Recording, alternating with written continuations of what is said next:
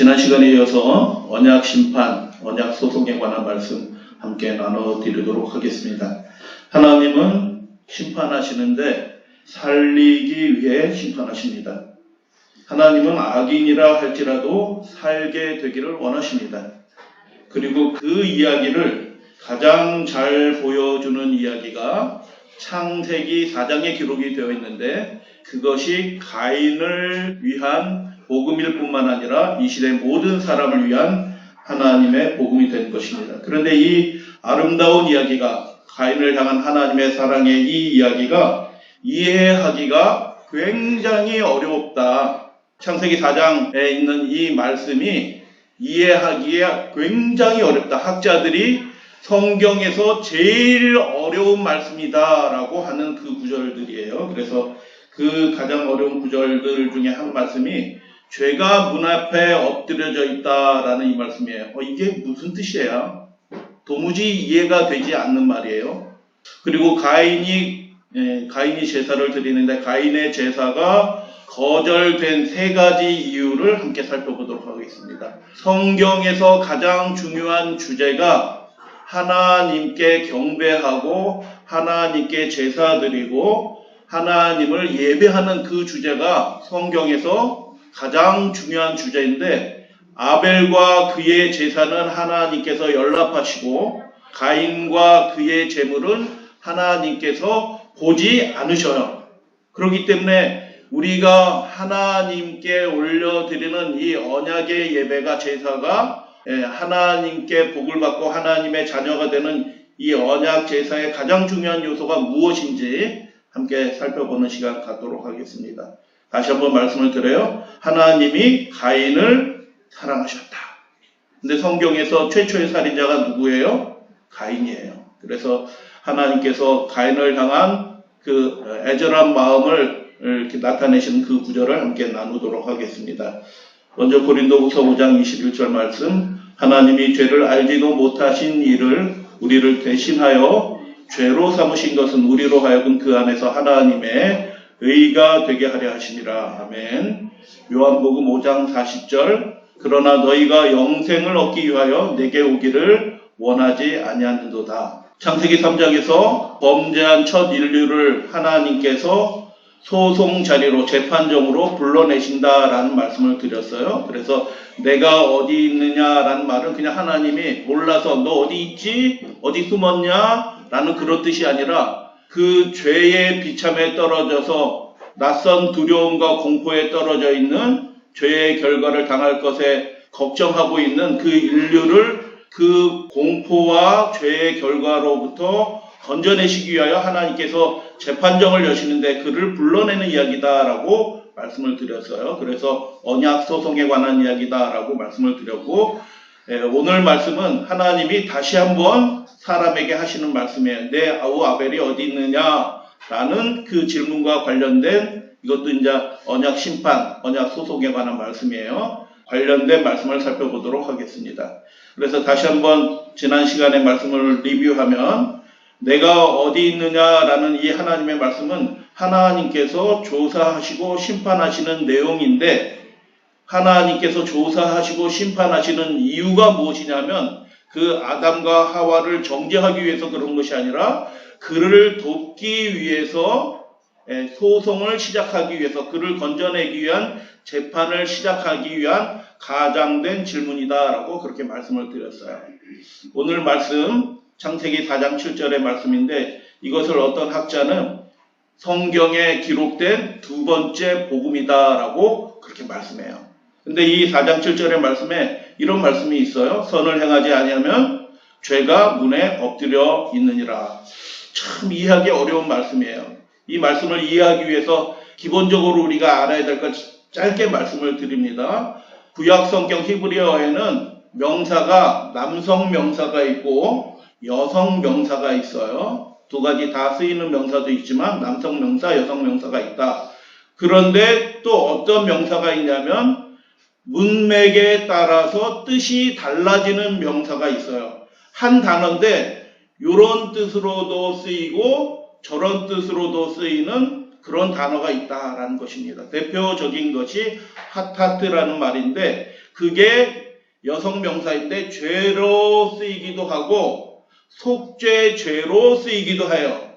어떤 단어가 나왔을 때 이게 죄일까 속죄죄일까라는 것을 구분하는 것이 굉장히 그 말씀을 이해하는데 중요하다라는 것을 먼저 이렇게 이해를 하시고 이 말씀을 살펴보도록 하겠습니다. 선을 행하지 아니하면 죄가 문에 엎드려져 있다라는 이 말씀, 엎드려져 있다라는 말이 그렇게 무서운 사자가 웅크려 있다 달려들려고 엎드려져 있는 것처럼 그렇게 이해가 되는데 히브리어로 라바찌라는 말이에요. 그래서 여러분 문지방에 이렇게 마귀 사탄이 죄가 이렇게 엎드려서 확 달려들려고 하는 그런 모습으로 이해가 되는데 예전 우리 어르신들이 문지방 밟지 말라라고 얘기를 해요.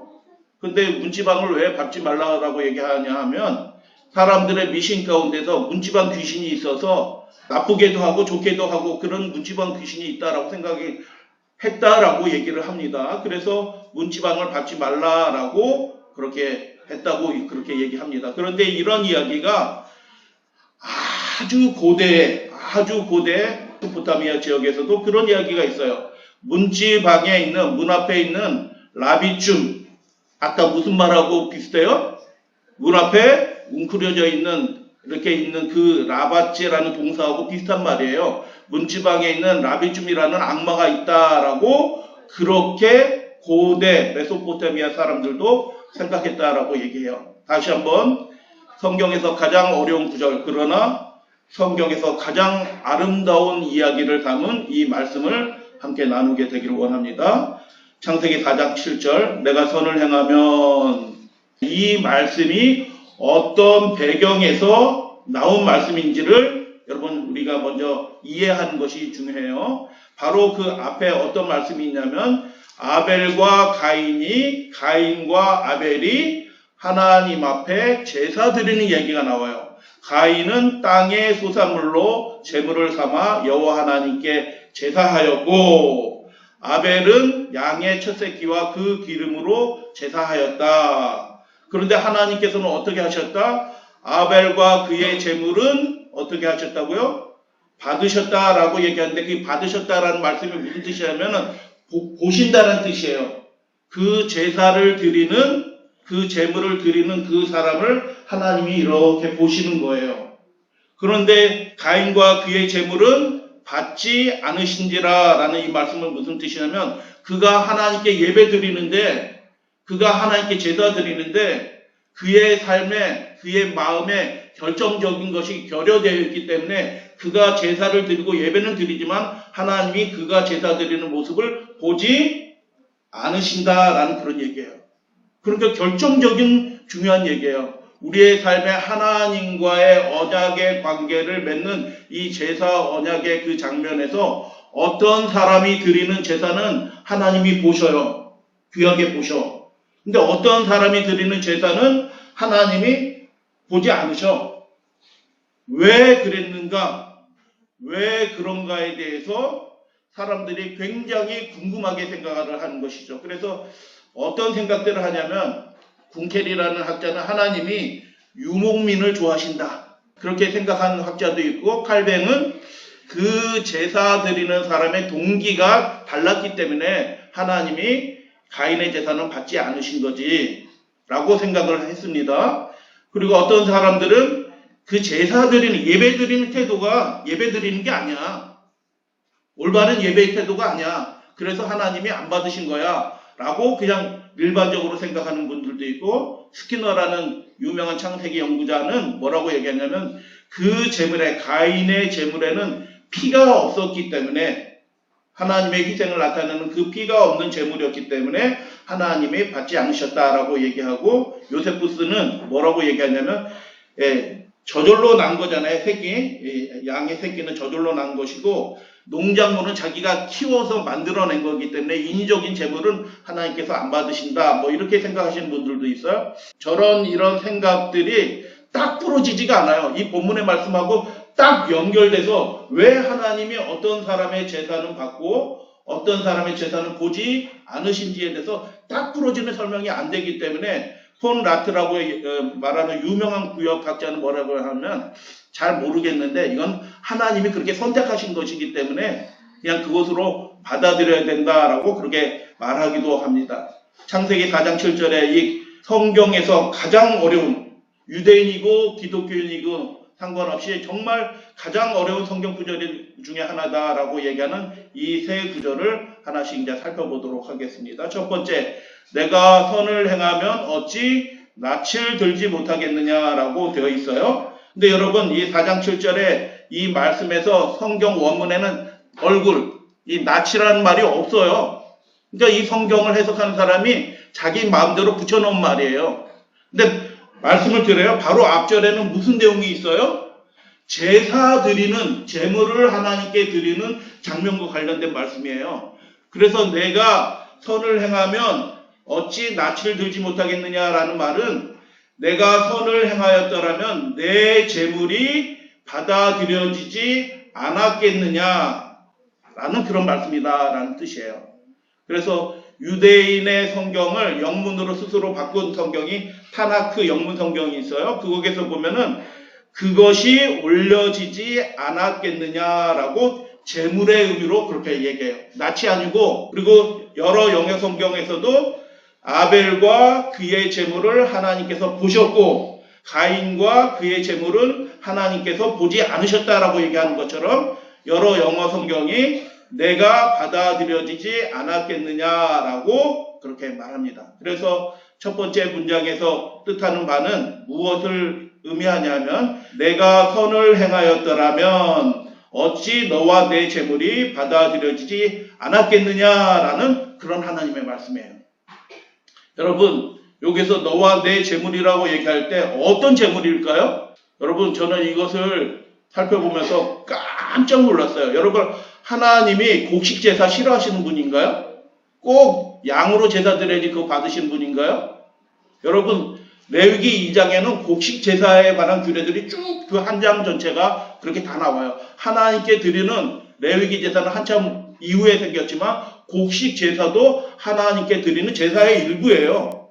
그런데 왜 가인과 그의 제물은 하나님께서 연락하지 않으셨을까요? 궁금하지 않으셔요?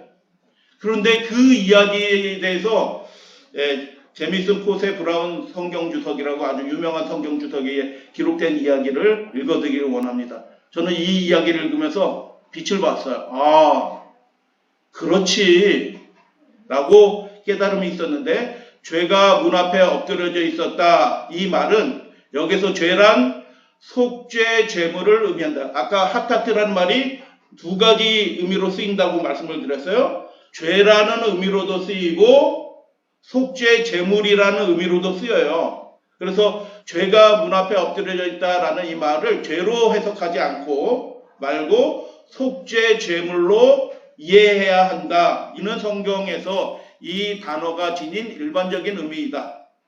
가인을 향한 하나님의 책망의 요지는 이것이다. 잘 들어주시면 감사하겠어요. 왜 마치 부당하게 대우받은 것처럼 내 동생에게 분노하느냐? 내가 선을 행하였다라면, 나는 이 말씀이 무슨 뜻이냐면 내가 죄가 없고 무죄하다면 피조물로서, 인간이니까 피조물이잖아요. 피조물로서 너의 의존, 그가 살아가는 모든 것이 하나님이 주신 거예요. 그래서 가인도 그걸 알고 있어요. 가인이 하나님을 믿지 않는 사람이 아니라 자기의 삶이 하나님께 의존되어 있다는 것을 아는 사람이라 그래서 제사 드리는 거거든요. 여러분 오늘날 모든 교인들이, 이 세상에 지구상에 있는 모든 교인들이 다 우리가 하나님 덕분에 살고 있다라는 거고 인정하는 사람들이에요. 그런데 그 인정하는 그 예배자들의 어떤 예배는 하나님께서 안 받으셔, 보지 않으셔. 여러분 하나님을 모르기 때문에 안 받으시는 게 아니라 하나님 덕분에 우리가 살며 기도하며 있다는 것을 인정하는 예배를 드리는데 그 예배에 어떤 예배는 받지 않으신다라고 하나님이 말씀하신 거예요. 중요해요? 너무너무 중요하죠. 그래서 내가 선을 행하였다라는 말은 어떤 뜻이냐면 내가 죄가 없고 무죄하다면 내가 드린 피조물로서의 너의 의존성을 나타내는 그 표징으로서 감사 제물, 그 곡식 제사가 받아들여졌을 것이다 라는 그런 뜻이에요. 하나님 앞에 하나님 제가 하나님 덕분에 살았어요 라고 감사 제물을 드린 그 곡식 제사가 그가 정말 죄가 없는 사람이라면 하나님께 드려졌을 거란 얘기예요. 하나님께서 받아들였어요. 그런데 가인도 그렇고 아벨도 그렇고 그의 부모인 아담과 하와도 그렇고 죄가 있어요 없어요? 살아오면서 말 못할 그리고 드러나지 않는 죄악들이 있어요 없어요? 있어요. 그렇기 때문에 하나님께 드리는 제사 중에서 가장 첫째되고 중요한 제사는 무엇이냐면 우리가 하나님 앞에 죄인임을 인정하고 하나님의 속죄의 은혜를 구하는 속죄제가 기본이에요. 그런데 이 가인은 자신이 죄인이라는 것을 인정하기가 싫은 거예요. 불편한 거예요. 하나님 덕분에 사는 건 제가 인정해요. 근데 제가 뭐 그렇게 나쁜 짓 했어요? 제가 이렇게 살아가는데 그렇게 흉악한 죄인인가요? 그래서 그것에 대해서 하나님의 그 속죄 제사, 양을 잡아드리는 그 제사의 규례에서 그가 저항하는 거예요. 꼭 그렇게 제사 드려야 돼요? 그리고 자기가 하나님께 의존하고 있어요. 하나님 덕분에 지금 살고 있어요. 라고 해서 곡식 제물을 드렸다라는 거예요. 그래서 만약 그가 죄가 없다면 그 제물이 그래 받아들여졌을 것이다. 근데 아벨도 그렇고 가인도 그렇고 그들이 죄가 있어요 없어요? 죄가 있어요. 수시로 부지불식간에 넘어지고 허물이 있고 죄를 지어요. 그렇기 때문에 하나님께 나아가는 데 있어서 가장 기본적이고 중요한 제사는 무엇이냐면 속죄제예요. 하나님 제가 이렇게 허물이 많아요.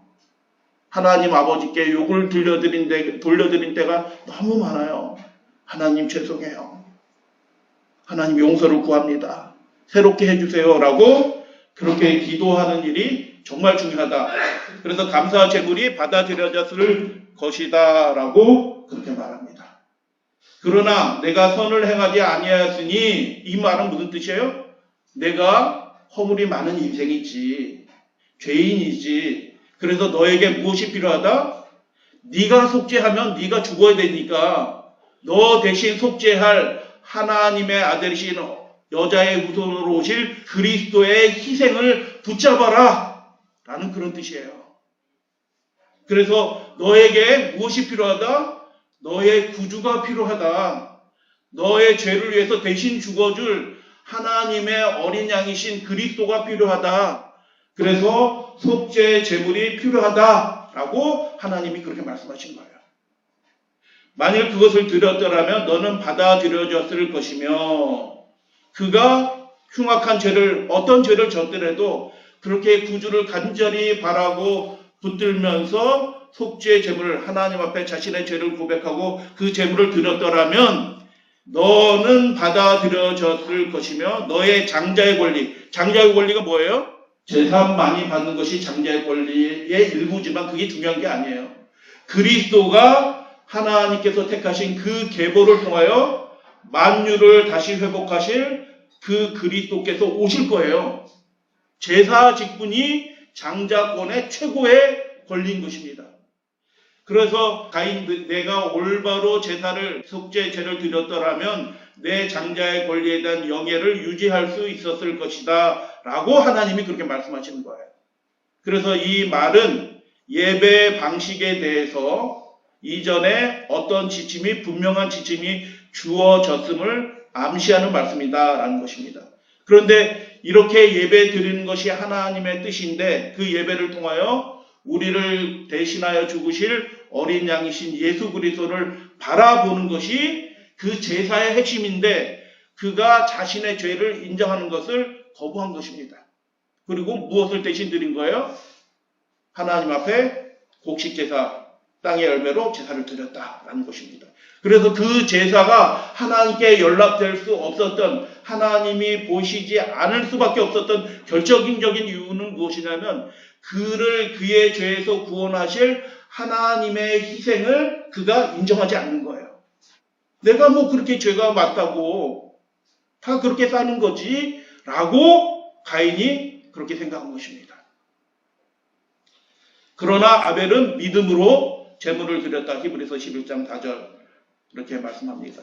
그래서 첫 번째 언덕을 넘어갑니다. 내가 선을 행하며 어찌 낯을 들지 못하겠느냐라는 이 말씀은 본문의 말씀의 의미가 내가 죄를 짓지 않았더라면 내 재물이 받아들여졌을 것이다 라고 하나님께서 말씀하신 거예요. 그 곡식제사 오케이, 네가 온전한 사람이고 죄를 범하지 않는 그런 사람이라면 그 재물을 자기 수고로 드린 그 열매를 하나님께서 받으신다는 얘기예요. 그러나 타락한 이후에 모든 인간은 어떻게 해요? 자기 의로 자기 수고로 드린 어떤 것을 하나님께 연락될 만한 것들을 드릴 수 있는 것이 있어요, 없어요? 없다라는 뜻이에요. 오직 하나님의 아들이신 예수 그리스도 그분의 희생에 의해서만 우리가 하나님께 연락된다라고 하나님이 그렇게 말씀하신 거예요. 그래서 현재의 사실과 반대된다. 그 두 번째 단계로 넘어갑니다. 죄가 문 앞에 엎드려져 있다라는 이 말씀의 동사, 라바체라는 동사는 남성 동사예요. 어미가 남성형인데 그 앞에 나오는 단어 여성 명사야. 그래서 이 하타트라는 단어가 이렇게 남성 동사와 연결되는 사례는 성경에서 뭐 100가지 이상 되겠지만 유일하게 이 4장 7절에만 이렇게 나와 있어요. 안 맞아. 수로는 남성형인데 주어는 여성형이야. 그래서 안 맞는 것으로 되어 있어요. 성경에서 딱 한 번밖에 없어요. 이 하타트에 관련돼서 딱 한 번밖에 없다. 그런데 이 말씀을 어떻게 이해하면 해결이 되냐? 그 죄를 무엇으로 이해하면 된다? 아까 하타트라는 말이 두 가지 용어로 쓰인다고 그랬어요. 죄라는 말로도 쓰이고 속죄죄라는 말로도 쓰여요. 그래서 속죄죄라는 말로 이해하면 그 뒤에 말과 딱 맞는 거예요. 남성형이니까. 여러분 속죄제물의 거의 대부분이 수컷 제물로 드려지는 거 아시나요? 암컷 제물도 있어요, 물론. 그런데 대표적인 제사에 번제 암컷 드려지지 않아요. 속건제 암컷 드려지지 않아요. 백성들이 죄를 범하고 제사장이 죄를 범할 때 암컷 드릴까요? 수컷 드릴까요? 뭐 중요하지 않을 수도 있는 것 같지만 하나님께서는 엄격하게 구분하셨어요. 수컷으로 드려요. 그래서 이 죄가 아니라 이 문장에서 죄가 아니라 속죄죄로 이해하면 뒤에 엎드려져 있다라는 이 남성 동사가 이해가 딱 맞는 거라. 그래서 문제가 해결이 된다. 하타트가 속죄 제물로 사용된 곳이 구약 성경에서 100곳이 넘어요. 그렇기 때문에 이 죄가 아니라 속죄죄로 읽으면 아주 자연스럽고 분명하게 이 말씀의 의미가 이해된다라는 것입니다. 그래서 이제 정리합니다. 두 번째 단계, 선을 행하지 아니하면 가인이 온전한 사람이에요? 흠이 있는 사람이에요? 흠이 있어요. 우리도 마찬가지예요. 아무리 올바로 살려고 해도 수시로 넘어지고 우리에게 허물이 있고 우리 자신에게 거리끼는 그 죄악들이 우리에게 있어요. 선을 행하지 않았다라는 이 말은 너의 삶이 온전하지 않았다, 범죄하였다라는 그런 뜻이에요. 그런데 거기서 끝나는 것이 아니라 너에게 그 문제를 해결할 수 있는 길이 있다라고 하나님이 말씀하시는 거예요. 그게 죄가 문에 엎드려 있다라는 이 표현인데 그것이 무슨 뜻이냐 하면 속죄 제물이 문에 엎드려져 있다라는 엎드려서 달려들려고 하는 것이 아니라 편안하게 누워있는 모습을 쉴만한 물가로 나를 인도하시고 나를 푸른 초장에 어떻게 하신다고요? 하나님이 푸른 초장에 누이시며 할 때 그 동사예요.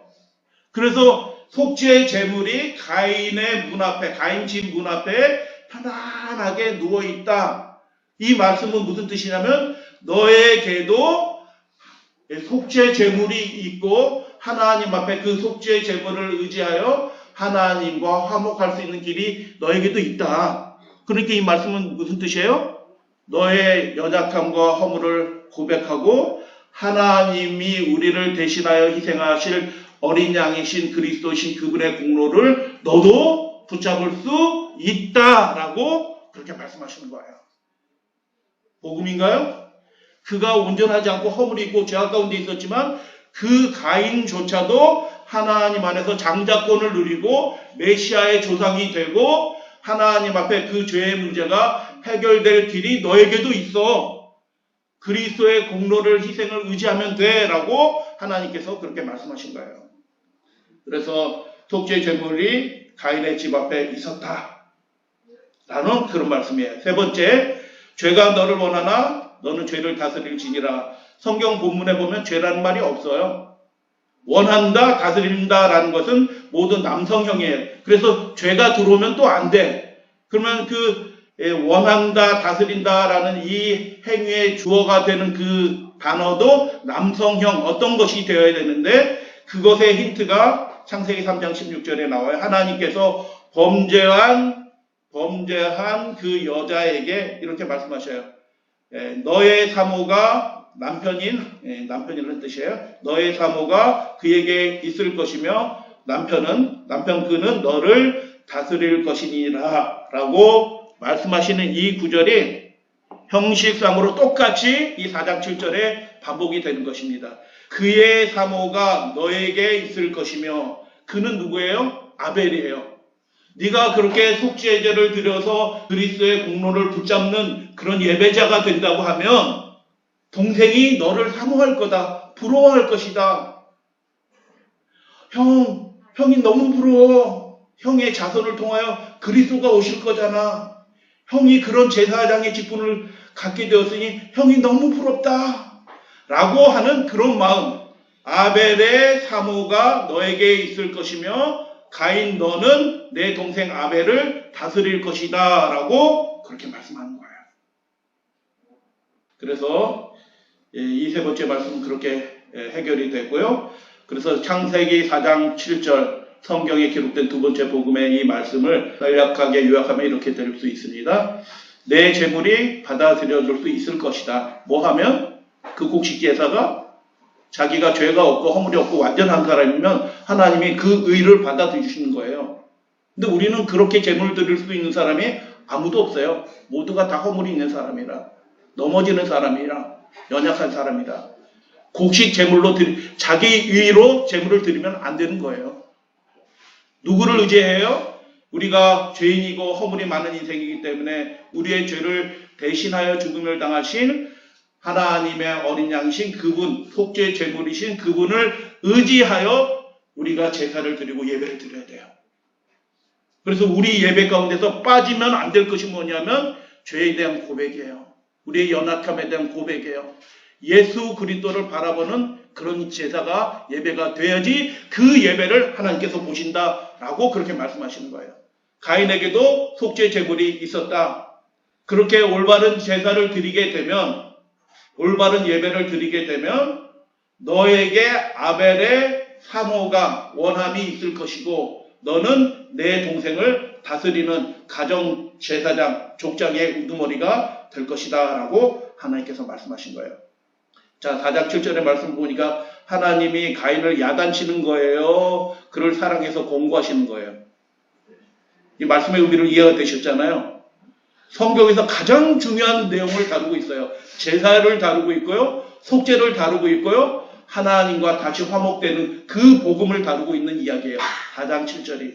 그런데 이게 하나님이 정말 가인을 사랑하셔서 하는 사랑의 권고이면서 책망이기도 해요. 그래서 4장 7절의 말씀을 간략하게 요약하면 이렇게 될 수 있어요. 너도 내가 올바른 선택을 하면 올바른 제사를 드릴 수 있어. 오늘날 이 시대에도 우리가 선택만 하면 하나님께 올바른 제사를 드릴 수 있어.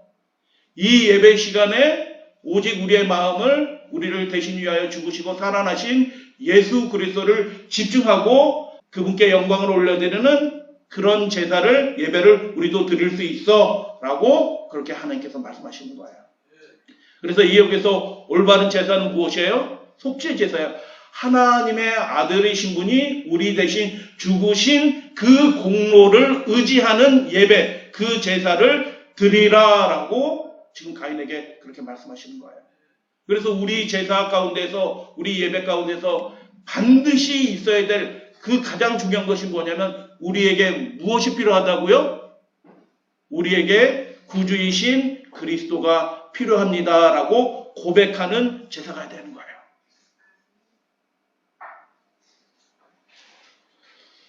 그래서 가인의 문제는요, 그의 죄가 문제가 아니에요.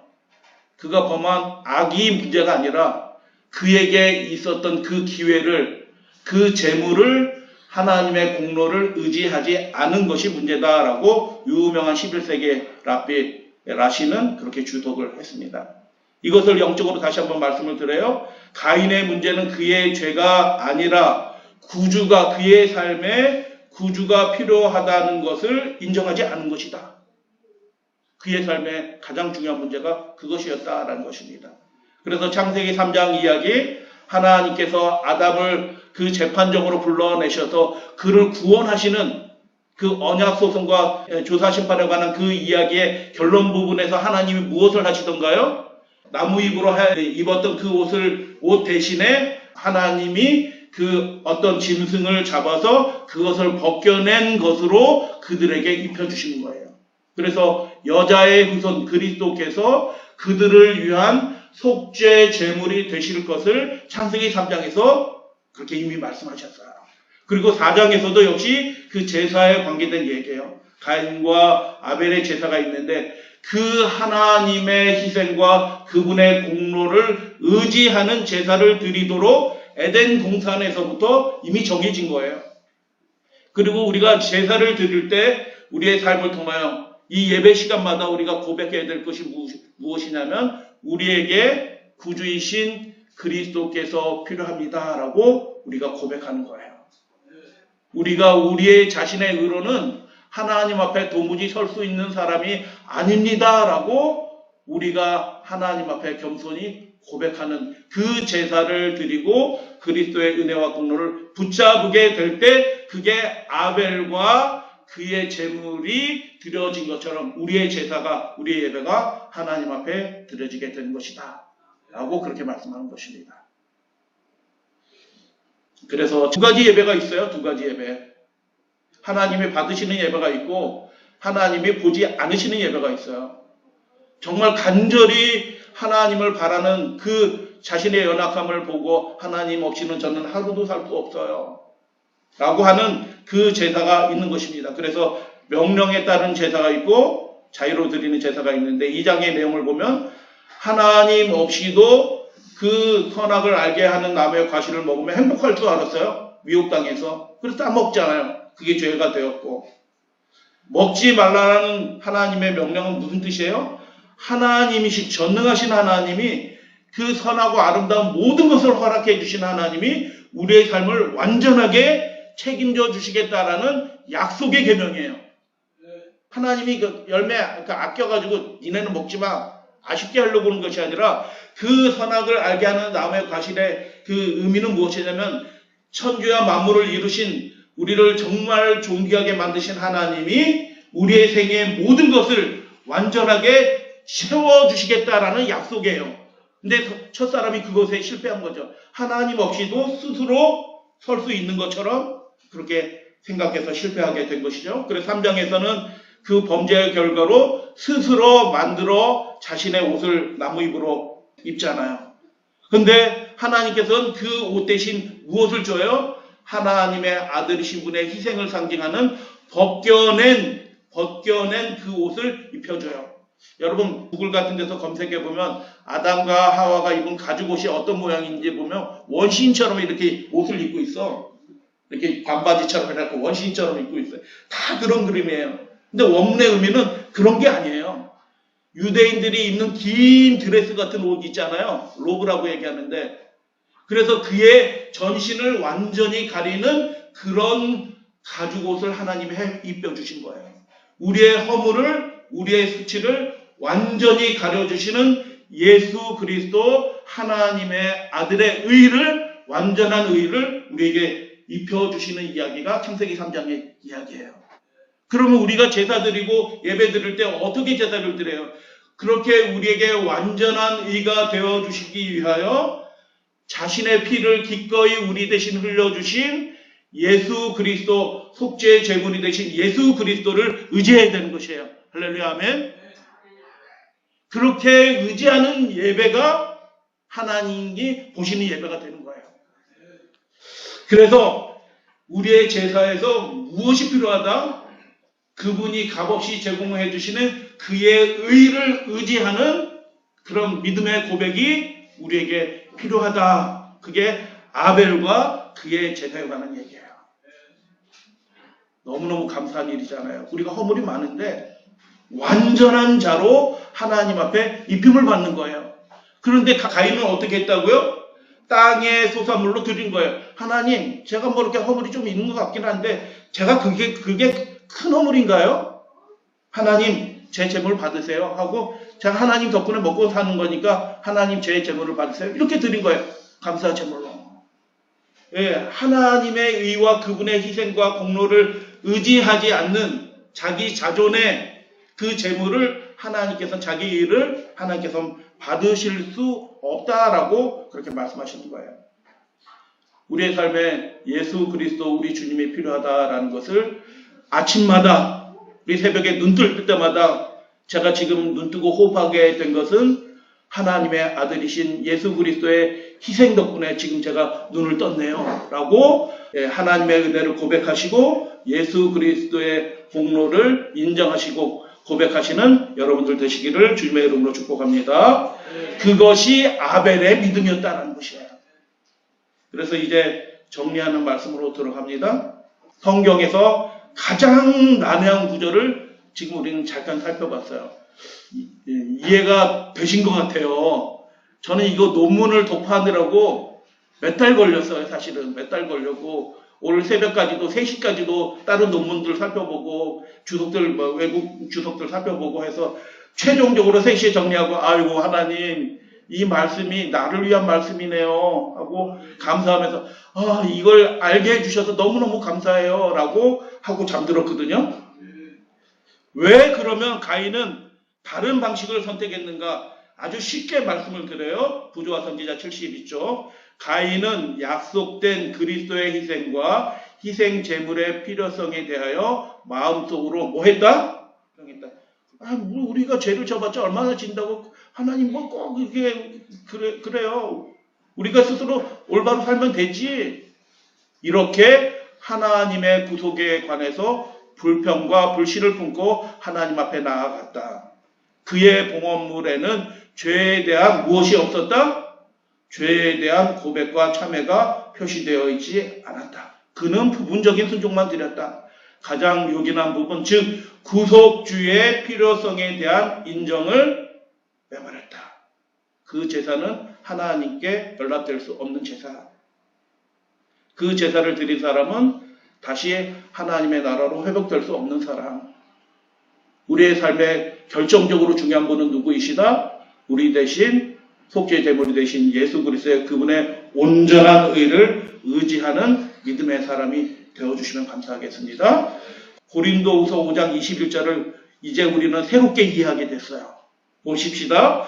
하나님이 죄를 알지도 못하신 이를 어린 양 대신 예수 그리스도 속죄 제물이 되신 그분이잖아요. 죄를 알지도 못하신 이를 우리를 대신하여 죄로 삼으셨다라고 얘기했는데 여기서 죄가 죄일까요? 속죄 제물일까요? 죄로 해도 뭐 특별히 틀린 말씀은 아니에요. 그런데 정확하게 이 말씀의 의미를 읽어내면 아까 창세기 4장 7절의 말씀처럼 여기에선 죄가 아니라 하타트 속죄 제물이에요. 그분이 우리가 우리 자신의 생명을 희생해서 속죄 제물이 된 것이 아니라 온전하신 그분이 우리를 위하여 우리 대신 속죄 희생, 속죄 제물이 되셨다라고 그렇게 말씀하는 거예요. 바울도 그분을 의지하고 있는 거예요. 그래서 왜 그렇게 하셨냐? 우리로 하여금 그분 안에서 우리가 하나님의 의가 되게 하려 하십니다. 라고 그렇게 말씀하시는 거예요. 아벨은 자쿠 뚜껑이라고 유대인인데 그리스도인, 우리 재림교인이에요. 그리스도인 학자가 있어요. 자쿠 뚜껑이라는 그분이 22년도 창세기 교과에서 이렇게 기록을 했어요. 이 창세기 4장 17절을 참 훌륭한 통찰인 것 같아요. 아벨은 하나님의 가르침에 무엇하여? 순종하여 동물의 피를 제물로 드린 반면 가인은 자기의 노력으로 얻은 땅의 소산만을 제물로 바침으로 무엇을 나타냈다? 하나님의 그 구속의 계획에 대해서 저항하는 거예요. 불평하는 거예요. 우리가 뭐 그렇게 죄 있다고. 공개적인 불순종을 나타냈다. 그의 제물이 예배가 아닌 거예요, 사실은. 하나님을 대항하는 것이었다. 라고 그렇게 말씀합니다. 그런데 오늘 4장 7절의 말씀을 보니까 그럼에도 불구하고 하나님이 가인에게 나타나셔서 뭐라고 말씀하셔요? 그럼에도 하나님께서는 가인에게 나타나셔서 너에게도 무한한 하나님의 의, 완전한 의가 준비되어 있으니 내가 너에게도 그 의를 주기를 원하니 너도 너의 연약함, 죄를 고백하고 내가 베풀어주는 그 완전한 구원의 의를 받아들여라 라고 하나님이 호소하시는 거예요. 네, 설교 내기 위해서 큰 스타디움 빌려서 설교한 유명한 부흥사가 있어요. 영국의 스펄전 목사. 들어가려면 입장료를 내고 들어가야 돼요. 설교 들으러 들어가려면.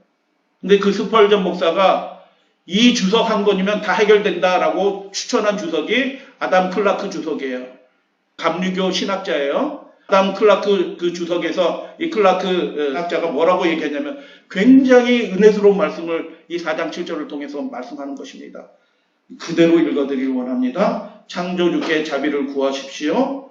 가인의 잘못은 그의 동생이 속죄 제물을 바쳤을 때 자신은 바치지 않았다는 것입니다. 그의 태만과 경멸로 인해 그가 드린 다른 제물도 거부당했습니다. 그 곡식 제사도 받아들여 줄 수 있어요. 속죄 제물 드리고 그것도 드리면 그것도 받아들여 주는 거예요. 근데 그걸 빼고 드리니 자기 의로만 드리니 그 제사는 받아들일 수 없었다. 그러나 하나님께서는 그렇게 아까 자꾸 득강 얘기 나오시죠. 공개적으로 하나님의 뜻을 거절하는 거예요. 대적하는 거예요. 그럼에도 불구하고 하나님께서는 이제 은혜롭게도 그가 비록 실수했지만 그의 상황이 아직 절망적이지는 않다고 알려주신다. 왜냐하면 약속을 의지해서 믿음의 수단들이 그의 손에 여전히 있었고 그가 속죄 제물로 합당한 희생물로 드릴 수 있는 제물도 그의 문 앞에 있었기 때문이다 라고 얘기하면서 구주가 없어서가 아니라 자기 손안에 있는 것들을 사용하지 않으려 함으로 올바른 제사를 드리려고 하지 않으려므로 얼마나 많은 죄인들이 멸망하는가. 그런 이들에게 우리 주님의 말씀 요한복음 5장 40절 그러나 너희가 영생을 얻기 위하여 내게 오기를 원하지 아니하는도다 라는 말씀은 얼마나 참되는가. 그분께 가면 돼요. 그분의 의를 붙잡으면 돼요. 그분의 온전하신 속죄 희생의 그 피를 믿으면 돼요. 근데 그것 없이 자기 의로 살려고 하는 사람들의 대표가 가인이고 그 예배가 가인이 드린 제사다라고 그렇게 말하는 것입니다. 유사한 행위가 하나님이 양치는 사람 좋아하시나요? 하나님이 직업을 차별하시는 분인가요? 그렇지 않아요. 이렇게 아주 정밀하게 이렇게 정밀하게 아주 이루어진 이 이야기에 결정적인 차이가 일어나는데 가인과 그 제물은 받지 아니하시고 아벨과 그의 제물은 받으셨는데 무엇 때문에 그렇게 되어 있냐면 그 중간부에 나와 있어요. 그 예배에 무엇이 빠져 있었기 때문에 가인과 그의 제물은 받으실 수 없게 되었다. 무엇이 빠져 있었다고요? 우리의 삶에 구주가 필요하다는 것을 고백하고 인정하지 않았다라는 것입니다. 가인은. 이제 말씀을 마칩니다. 제사 언약을 통해서 우리가 예배 드릴 때마다 아침에 눈 뜰 때마다 우리의 삶에 유일한 구원의 힘이 되어주시는 예수 그리스도를 인정하시고 고백하시는 여러분들 되시게 되기를 주님의 이름으로 축복합니다. 해밀턴 그리고 엘렌 지 화이트도 이렇게 얘기했습니다. 가인에게 무엇이 있었다? 선택권이 있었다. 그가 잘못된 예배를 드리고 하나님의 뜻을 대적하였지만 그게 끝이 아니라 하나님은 그를 다시 온전한 예배로 회복하도록 그에게 직접 나타나셔서 말씀하셔요. 얼마나 좋은 하신 하나님이에요. 그래서 그가 그 다음에 올바로 회복하면 되는 거예요. 가인에게 선택권이 있었다. 자신의 운명을 바꿀 수 있는 선택권이 있었다. 선택은 가인 자신에게 달려 있었다. 그가 약속된 구주의 공로를 의지하고 하나님의 요구에 순종한다면 그는 그분의 은총을 영원히 누리게 될 것이다. 라고 그렇게 말씀하고 있습니다. 가인의 드린 제사가 받아들여질 수 없는 세 가지 이유를 우리는 알게 됩니다. 하나님의 아들의 공로를 거절했기 때문에 그 예배를 받지 못하는 거예요.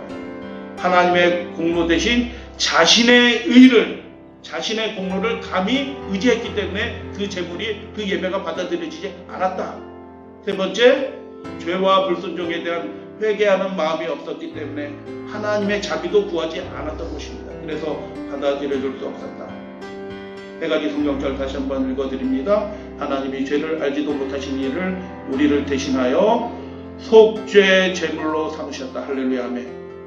값없는 은혜가 우리에게 주어진 것입니다. 완전한 의가 그분의 희생을 통해서 우리에게 거저 주어졌다. 우리는 그분을 붙잡아야 된다.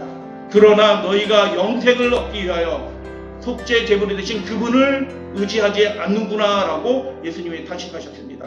이제 마지막 말씀, 디도서 2장 말씀. 그가 우리를 대신하여 자신을 주심은 모든 불법에서 우리를 속량하시고, 모든 불법에서 우리를 속량하시고 우리를 깨끗하게 하사 선한 일을 열심히 하는 자기 백성이 되게 하려 하십니다 라고 말씀하신 이 말씀이 우리 믿음의 가족들에게 말씀 그대로 이루어지게 되기를 주님의 이름으로 축복하면서 오늘 말씀을 마치도록 하겠습니다.